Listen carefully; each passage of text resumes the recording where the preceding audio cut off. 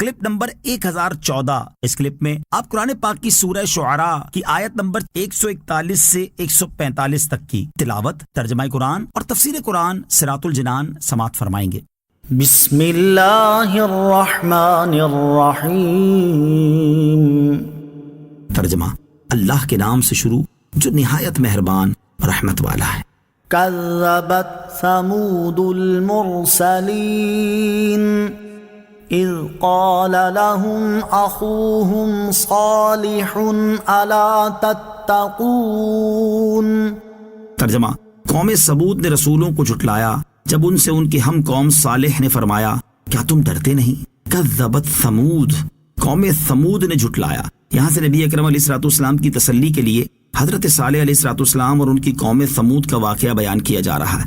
اس آیت اور اس کے بعد والی آیت کا خلاصہ یہ ہے کہ قوم ثمود نے حضرت صالح علیہ الصلوۃ والسلام کو اس وقت جھٹلا کر انہیں اور ان سے پہلے رسولوں کو جھٹلایا جب انہوں نے قوم ثمود سے فرمایا کیا تم شرک کرنے پر اللہ تعالیٰ کے عذاب سے ڈرتے نہیں؟ نوٹ، یہ واقعہ سورہ اعراف آیت نمبر 73 تا 79 اور سورہ ہود آیت نمبر 61 تا 68 میں گزر چکا ہے۔ انی لکم رسول امین فاتقوا اللہ واطیعون۔ ترجمہ، بے شک میں تمہارے لیے امانت دار رسول ہوں تو اللہ سے ڈرو اور میری اطاعت کرو۔ امین، امانت دار۔ اس آیت اور اس کے بعد والی آیت کا خلاصہ یہ ہے کہ حضرت صالح علیہ الصلوۃ والسلام نے قوم ثمود سے فرمایا مجھے اللہ تعالیٰ نے تمہاری طرف رسول بنا کر بھیجا ہے تاکہ میں تمہیں اس کے حکم کی خلاف ورزی کرنے پر اس کے عذاب سے ڈراؤں، اور جس رسالت کے ساتھ اس نے مجھے تمہاری طرف بھیجا میں اس پر امین ہوں۔ تو اے میری قوم، تم اللہ تعالیٰ کے عذاب سے ڈرو اور میری اطاعت کر کے اپنے رب عز و جل کے حکم پر عمل کرو۔ خیانت اور نبوت جمع نہیں ہو سکتی۔ اس سے معلوم ہوا کہ حضرات انبیاء علیہ الصلوۃ والسلام اسرار الہیہ اور لوگوں کی عزت، مال، آبرو وغیرہ سب کے امین ہوتے ہیں۔ خیانت اور نبوت جمع نہیں ہو سکتی۔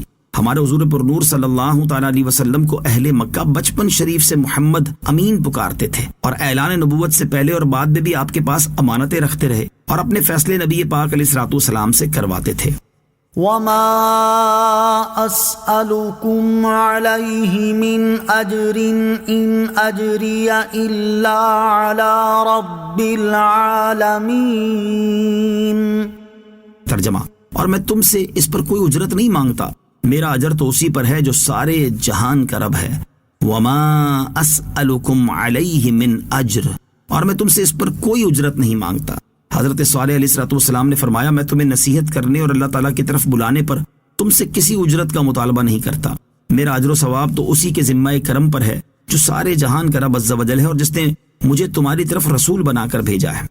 صلو علی الحبیب صلی اللہ تعالی علی محمد صلی اللہ تعالی علیہ وسلم۔ مجھے اپنی اور ساری دنیا کی لوگوں کی اصلاح کی کوشش کرنی ہے انشاءاللہ عز و جل۔